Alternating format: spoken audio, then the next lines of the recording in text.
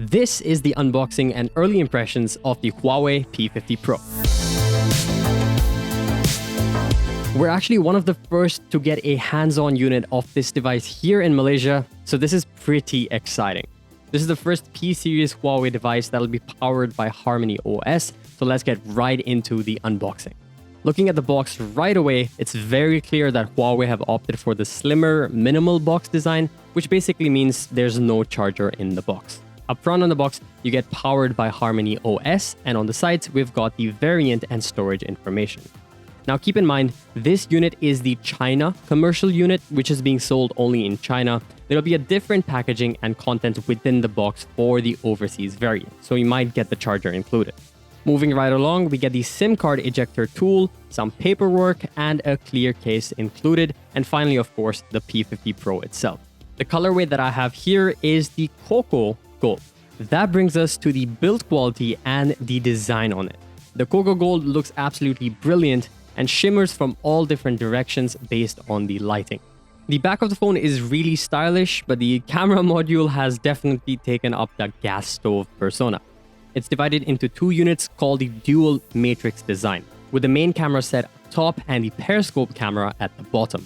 The phone feels great in hand with smooth, curved edges, but your index finger will most likely keep brushing up against the bottom camera bump. As for buttons and ports, at the bottom you've got the SIM card plus storage slot with up to 256GB storage, as well as a USB Type-C 3.1 and bottom-facing speakers. On the right we get the power button as well as the volume rocker. Finally, up top, we have the top-facing speaker as well as an IR blaster. The design is really sleek pretty much from every angle you look at it. That being said, this thing is a massive fingerprint magnet. I had to wipe it constantly while filming this video. It is also, however, rated IP68 for water and dust resistance. So all in all, very sleek and professional look with some protection to it. As for security, you obviously have the fingerprint sensor built into the display. It is pretty quick, lightning fast and responsive, and works pretty much every single time without any issues. Next up, the display on the P50 Pro. Up front, you get a gorgeous 6.6-inch flex curved OLED display with a high resolution of 2700 by 1228 pixels. This is also a smooth 120Hz refresh rate panel with 1 billion colors and a 91.2% screen-to-body ratio. The display is vibrant, punchy, and sharp with a pixel density of 450 ppi. Consuming content on this is immersive and enjoyable. The colors are natural and very pleasing to look at thanks to the True-Chroma P3 wide color gamut support. Consuming content on this, whether that's YouTube or Netflix in higher resolutions, looks really great. This display is of course a curved display to further enhance that edgeless infinity experience. I'm actually a pretty big fan of curved displays minus the accidental touches. Luckily, I didn't have that issue with my minimal period of testing this. You get to choose the type of resolution and refresh rate you want based on your battery saving needs, so it's dynamic for both. When set to 120Hz, it feels really smooth, whether that's navigation through the phone menus, social media, or even gaming. Speaking of gaming, let's talk about the performance on this. Well, I'm testing out the 8GB RAM, 256GB storage variant that's powered by the flagship 5nm Kirin 9000 chipset.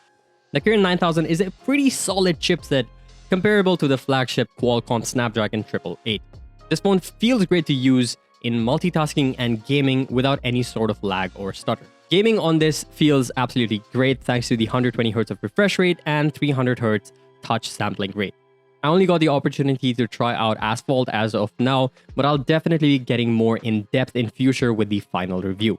This version of the phone is running HarmonyOS as its software rather than the usual EMUI. Now, it's not clear whether this is going to be only for the Chinese market or even globally. We'll just have to wait and see, so make sure you guys are subscribed.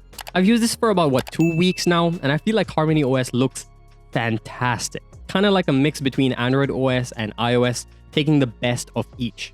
Everything feels nice, reactive, and well thought out. Of course, you still don't have the Google Play Store here and services, but obviously that's not really an issue anymore. We've come to see that. We've made a bunch of videos about how you can use the HUAWEI app gallery and the pedal search. Now on to the main thing about this device, the cameras. HUAWEI definitely wanted to put more focus on the cameras with the P50 Pro. We got some pretty impressive hardware to work with. So in the upper camera module, we get three main cameras, the 13 megapixel f2.2 ultra wide angle camera, you get the 40 megapixel f1.6 True-Chroma mono camera, and finally we have a 50 megapixel f1.8 True-Chroma main camera.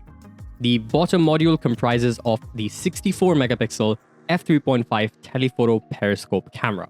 This effectively gives you a zoom range from 13mm to 2700mm. That's roughly 200 times zoom range. That's incredible. Up front, you get a 13 megapixel f2.4 wide punch hole camera. Just from a few test shots that I took, I can already tell Huawei have done a brilliant job with both the hardware and the software side for the processing. I've said it time and time again, Huawei has some of the best image processing I've seen on smartphones lately. And this is no short of that. The colors, the HDR, the exposure control all look incredible, clear, and punchy. The processing is very pleasing to the eyes with all the different cameras. As for video, you get 4K with both the front and back camera. The back camera goes all the way up to 60 FPS in 4K, while the front camera is only 30 FPS. I got a bit distracted with this guy while shooting, so I decided to add him into the video as well. Video quality looks obviously incredible, very sharp, and the image stabilization makes this look like it's on a gimbal. Very impressed with this.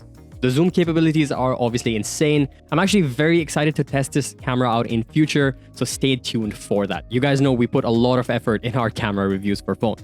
But spoiler alert, this might be one of my favorite cameras in 2021.